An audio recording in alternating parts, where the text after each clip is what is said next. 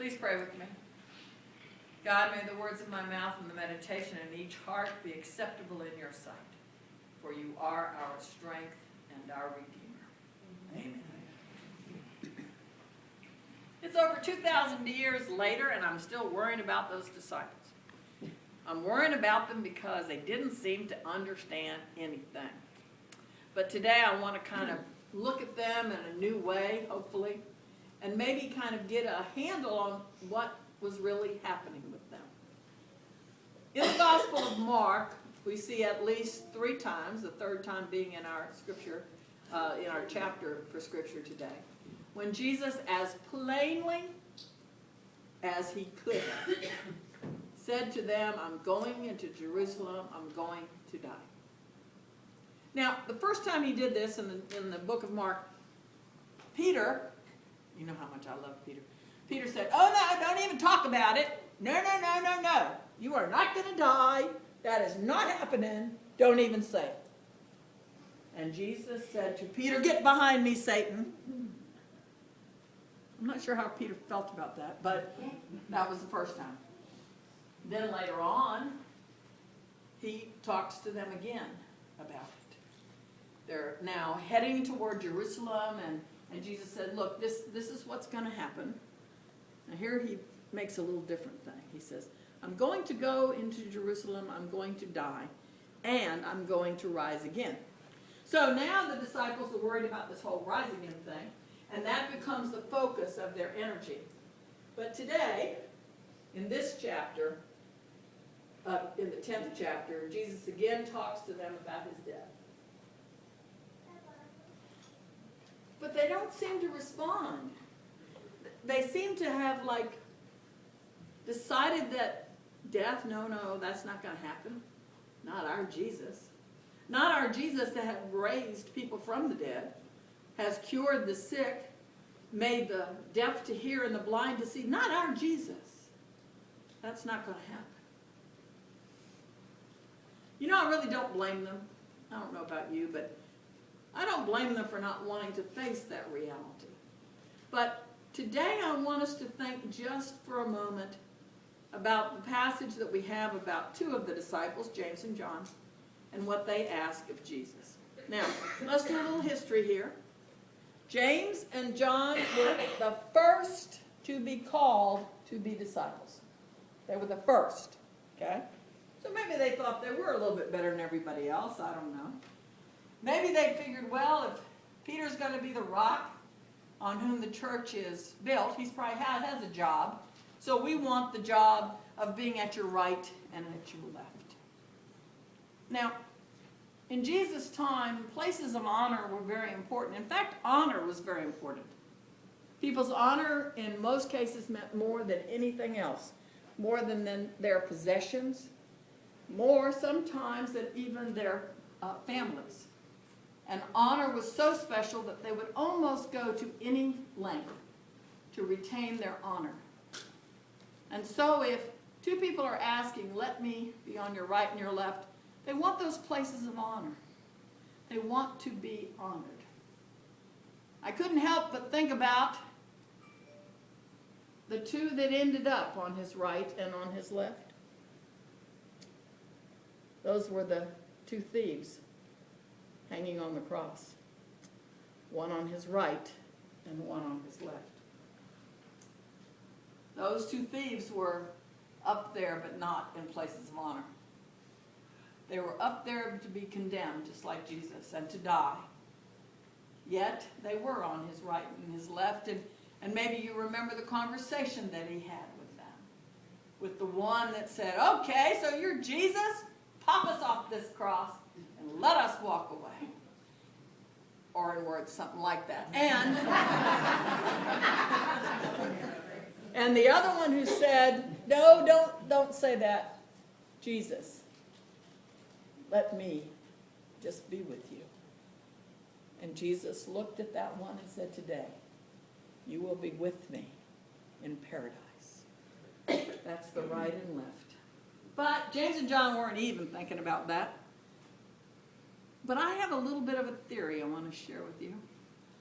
I want you to somehow think of a time when you were very fearful, very, very uneasy about the future. Maybe you were leaving one job and weren't sure about another one. Maybe you were moving away or moving to some new house. Just trying to think of stuff that would have caused you some anxiety and some fear. And now that you're thinking about it, I hope you are, imagine what you might do to alleviate that fear. See, I believe that James and John could have actually understood everything that was going to happen. I really want us to look at the possibility that they got it. And they were afraid. And they, like so many of us, when we are fearful, want to find security. And I'm going to give them even more of the benefit of the doubt by saying, I believe James and John knew what Jesus was saying, and I believe that they heard this, I'm going to die, but I'm going to rise again. And they had such faith, such belief in Jesus that didn't matter. They trusted him. They believed in him. And they were willing to go the distance with him. When he confronted them and said, are you able to take the cup that I take, cup meaning death, by the way, the baptism with which I will be baptized, they said, and I believe it wasn't just a whisper, I believe they said loudly, we are able. They were claiming their faith in Jesus, and they were helping themselves to get over the fear, to have the security of holding on. Have you ever felt like that? You know, it felt like maybe you just wanted something to hold on to. Something that was going to get you through whatever it was in your life that was causing you fear and anxiety. You just want something to grab hold of. I believe perhaps that's exactly what James and John were doing. Of course, the interesting part is to think in terms of, are we able today? Tell you what I believe. I believe we are able too. Able now, let's face it, it's highly unlikely that we will face death because of standing up for Jesus in this country. Not in other places in the world, but in this country, that's highly unlikely. So, why aren't we able? Why aren't we able to do the things that we know, hear me, know we're supposed to be doing? I wonder, do we have that same kind of fear and anxiety that so many people have when they just want to hold on to something? Let me tell you something. We have Jesus to hold on to. There is nothing more sure, there is nothing more secure than Jesus. But how do we follow Jesus? How do we faithfully become Jesus' followers in this day and age? I think we have to learn to let go of some things. So if you want to make a mental list of what you might need to do, stay with me for a moment. There are some things we need to let go of. In Scripture, the first thing that's mentioned after James and John make their wonderful pronouncement about wanting to be on the right and left, the first thing that's said there is, the others became angry. I wonder why. I wonder why the other 10 disciples were angry with James and John. Maybe because they didn't think of asking it first. Maybe because they were afraid Jesus was going to let them be on his right and left. But more than that, I believe they were upset because they too were fearful.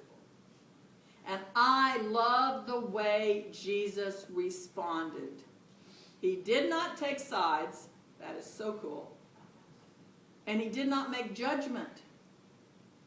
But here's what he said. I want to read it to you again. Here's what Jesus said. First of all, he says, look around you. Look at the Gentiles, how their people that are in charge kind of lord it over everybody.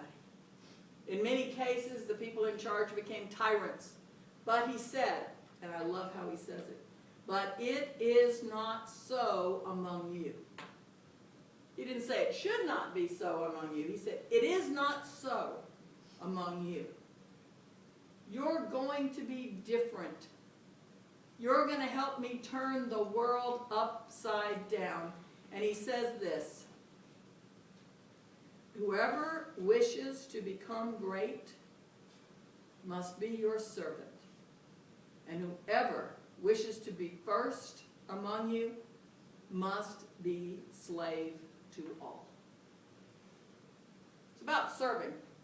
That's exactly what it comes down to. And so are we able to serve?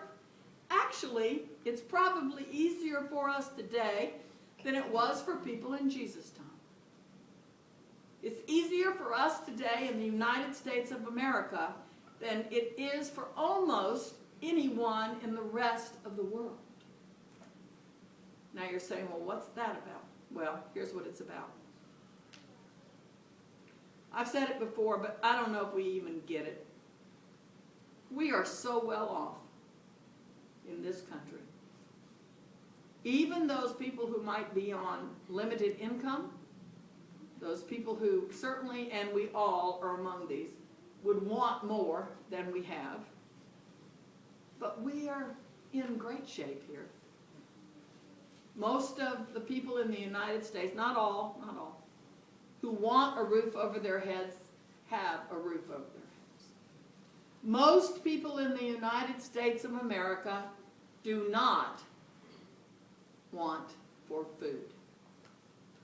I know some do. And you know, that's on us if some do. If some people who want a place to live don't have it, that's on us. If some people are hungry and don't have food, that's on us, because that should not happen in the United States of America. There is no excuse at all. Particularly when we are the country in the world, grab onto this, something to hold on to, okay? We are the country in the world, top of the list for obesity. So I can say that because I too am overweight. But it says something about who we are. If we have so much food that many of us are struggling with our weight, consequently with our health, by the way, then there's something wrong.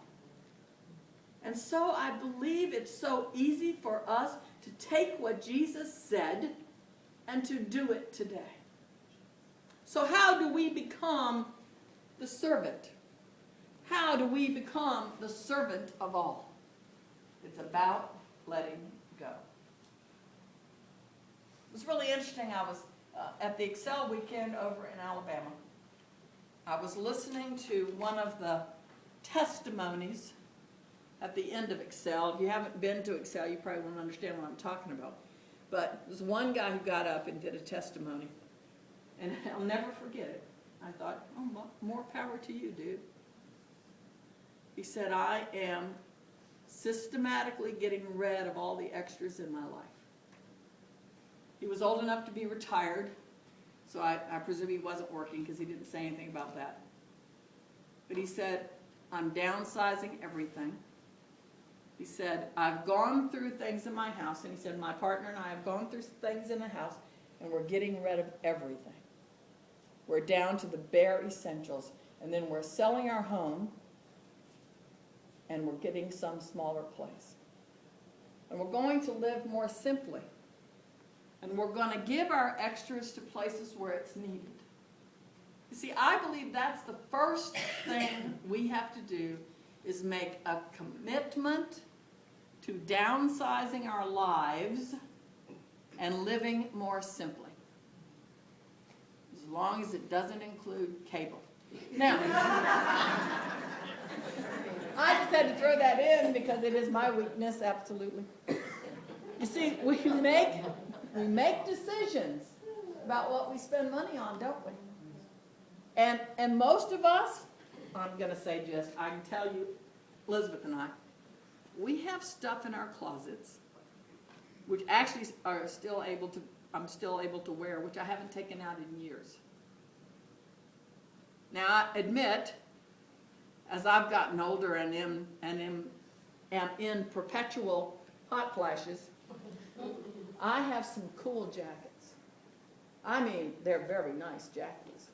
They're kind of heavy, and once in a while I might take them up when we go on vacation in New York, but the last couple of years they stayed in the car. So I don't even think I need them in New York.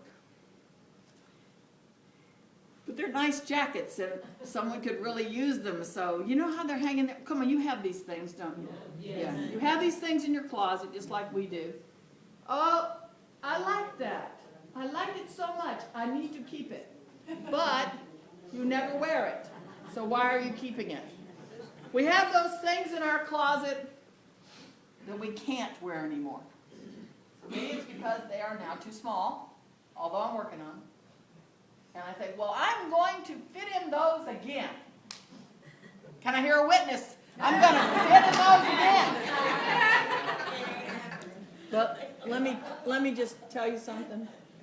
By the time I fit into stuff, again, it's not even in style. So we can do this. You see, we are able. We are able to make a difference in our lives and consequently in the lives of people around us. We need to speak up and speak out when we see things happening that we know are wrong.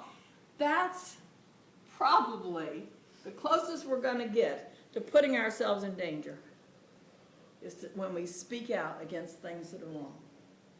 That's probably the closest we're going to get. But it has to happen. We have to start living what we say we believe in. Hear that again. We need to start living what we say we believe in. Now, you don't have to believe me about any of this, because I made a little note here that I want to tell you about. I made a note of people who have reflected on this very thing. People like Helen Keller, Martin Luther King Jr., Mahatma Gandhi, Albert Schweitzer. But you know, my favorite, and I want you to listen to this because I'm going to read it twice because you have to kind of get it in your head. Gil Gibran said this: I slept and I dreamed that life is joy. I woke and I saw that life is all service. I served and I saw that service is joy. Listen to that again. I slept and I dreamed that life is all joy. I woke and I saw that life is all service. I served and I saw that service is joy. We are able. Say it with me. We are able. Say it again. We are able. We are able to make a difference in this world.